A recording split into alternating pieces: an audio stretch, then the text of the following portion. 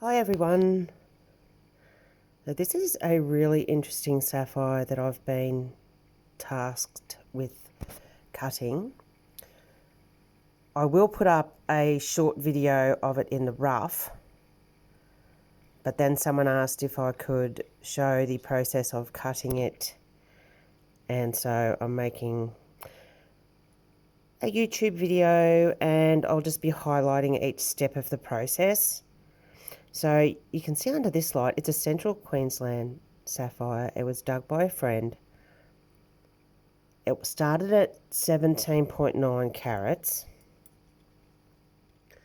with several problems, several flaws, which you'll see from some videos that I'll post. You can see here that I trimmed it up a little bit to get rid of the flaws, or to really see where the flaws were going. It was 14 carats before I put it through the saw, and I've ended up with two pieces. This is around 8.9 carats. A smaller piece is 4.7 carats. Now this will be a colour shift or colour change sapphire depending on the degree of change. You can see there the cross table, it's got a yellow and green cross table, which seems to be a fairly common factor with a lot of our colour changes from Central Queensland. Now it's this strange peachy, pinky sort of colour on table, which is there, but outside it is definitely a green. I've put it through the saw. There is still some remnant of the floor there, or floors, so I'm quite happy with where I put the saw through it, and I think we'll be looking at a square cushion for this piece. This is the smaller offcut, and you can see there is still some little flaws in it. This is showing the green and yellow cross table. So it will be cut off table because it's quite thin that way. So it'll be cut off table. The other one will be cut on table, and it'll be interesting to see what sort of colour change we get from each piece, considering that they'll be cut in opposite directions. So you can see I've put the saw through it there on an angle to try to get as much from the bigger side, the left-hand side, as possible. And there are the two pieces.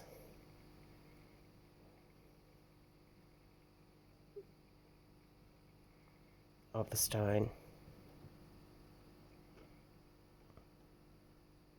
Okay, so I'm going to dop up this larger piece.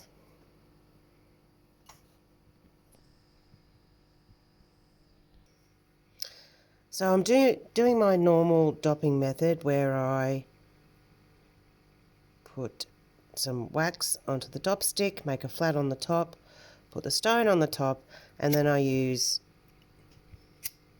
a Bic lighter to heat up the stone and the wax as I'm turning it around until it's all super hot and melts together. Then I will push the stone down onto the dop to make sure it's completely flat, and continue doing that until I'm happy with it.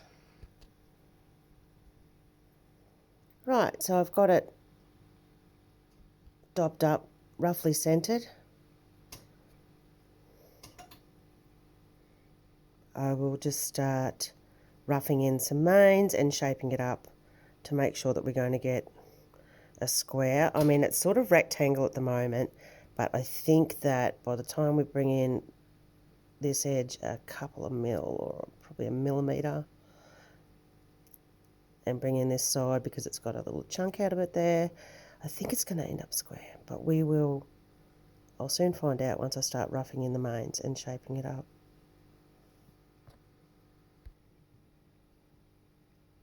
Now, on this side is the remnant of the floor that was going into the stone. On this side you can see a couple of little flashes or white spots. they're actually inclusions. So they're not a big fracture. They're little inclusions in the stone. And I'm not too worried about them. I'm not going to try to cut them out. I think they will come out a little bit with the cutting of the stone. I think they're more to do with the silk in the stone.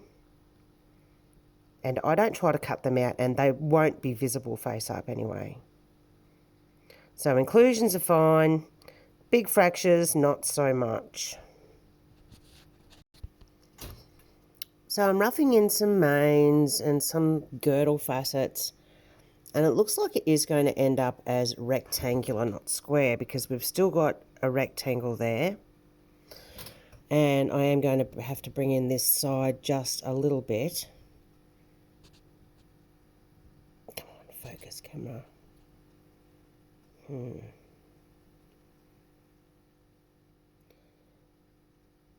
So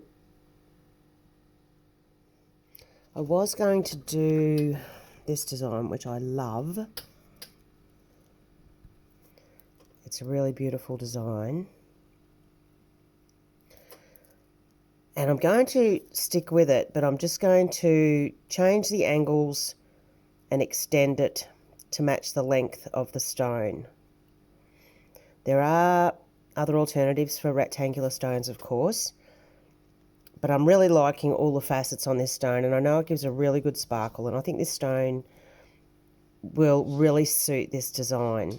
So I'll just adjust the longer axes. I'll just make the angles on the pavilion just a degree or so shallower, and make the ones on the short sides a degree or so deeper, and that'll give us our extra length.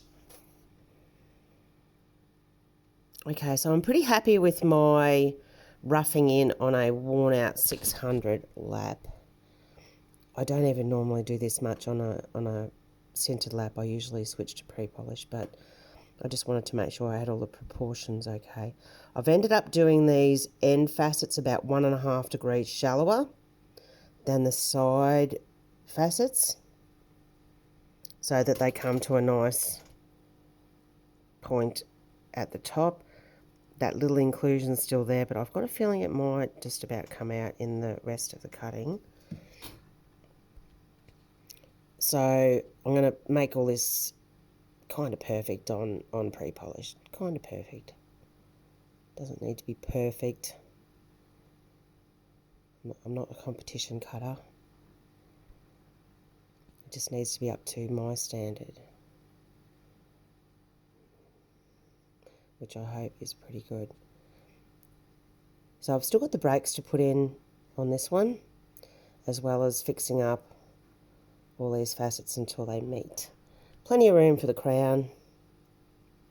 I just love the colour of this. This is going to be so amazing to see the colour in outdoor light and incandescent when it's done.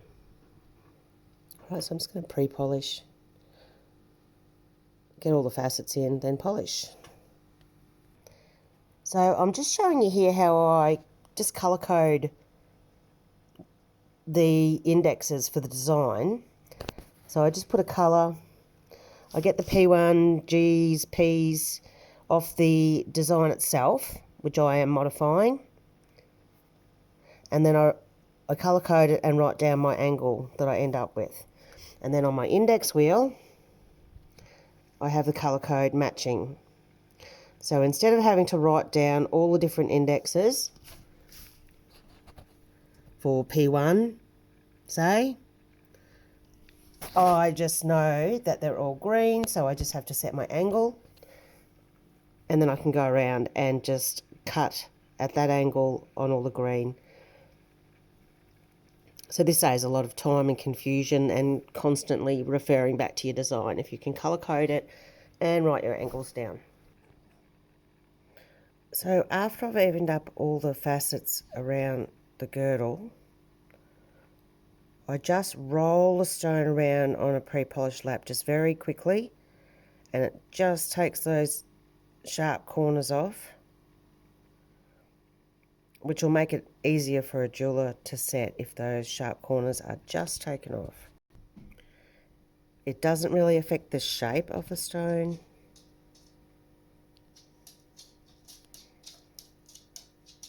It'll still have corners.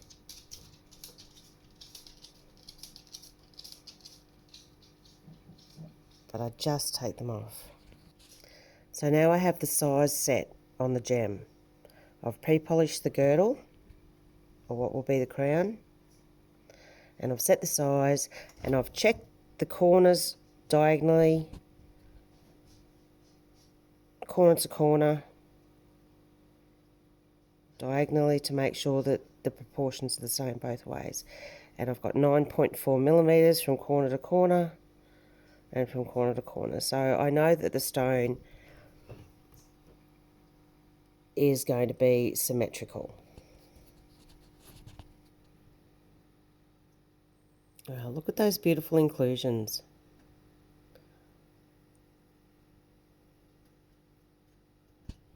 And this is one reason why I don't cook anything that I think may be a colour shift or a colour change, because I think, I'm not sure though, correct me if I'm wrong, but I think that it's the inclusions that may cause the colour change or help to cause the colour change. I just often find that colour change stones have some silk or some strange inclusions. They're beautiful. So I've got this stone all pre-polished up.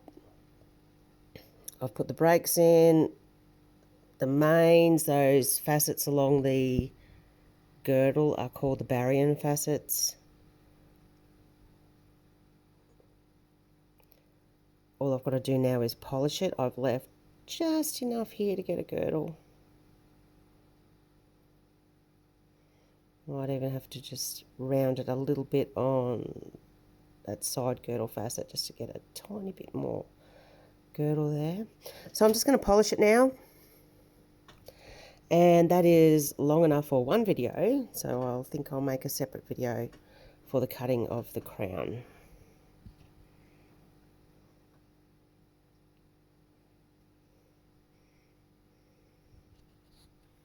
And my page has gradually got messier and messier with all the different side corners, side, middle, ends, with slightly different angles to account for the changed proportions of the gem. Now, I know we could do this in GemCAD or GemRay Studio, but until I start cutting, I don't know what the proportions of the gem are going to be. So for this sort of stone, I just tend to do it by eye. Okay, thanks for watching.